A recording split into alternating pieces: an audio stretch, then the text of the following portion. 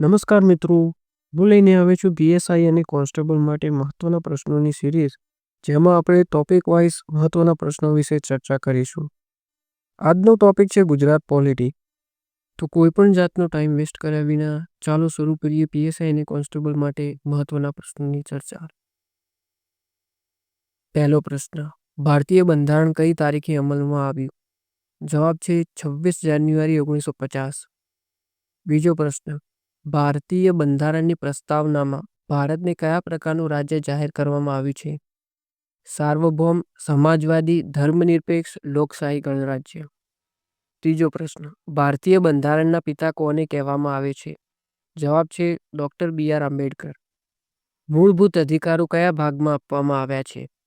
ભાગ 3. બંધારણની રક્ષા કરવાનું કાર્ય કોણ કરે છે? Supreme court. મૂળભૂત અધિકારોની સંખ્યા કેટલી છે? 6. કયો અધિકાર 44માં સુધારા દ્વારા દૂર કરવામાં આવ્યો? મિલકતનો અધિકાર. મૂળભૂત ફરજો કયા ભાગમાં સમાવિષ્ટ છે? ભાગ 4A. મૂળભૂત ફરજો કેટલા છે? 11. જીવન અને વ્યક્તિગત સ્વતંત્રતાનો અધિકાર કયા અનુચ્છેદ હેઠળ આવે છે? અનુચ્છેદ 21. ભારતના રાષ્ટ્રપતિની ચૂંટણી કોણ કરે છે? Electoral college.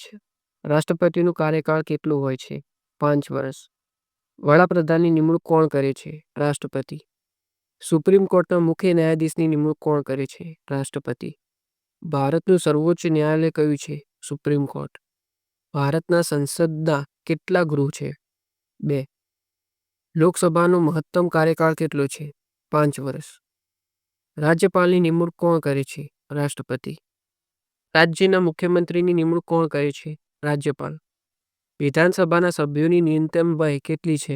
25 વર્ષ. ગુજરાત રાજ્યની સ્થાપના ક્યારે થઈ હતી? 1 મે 1960.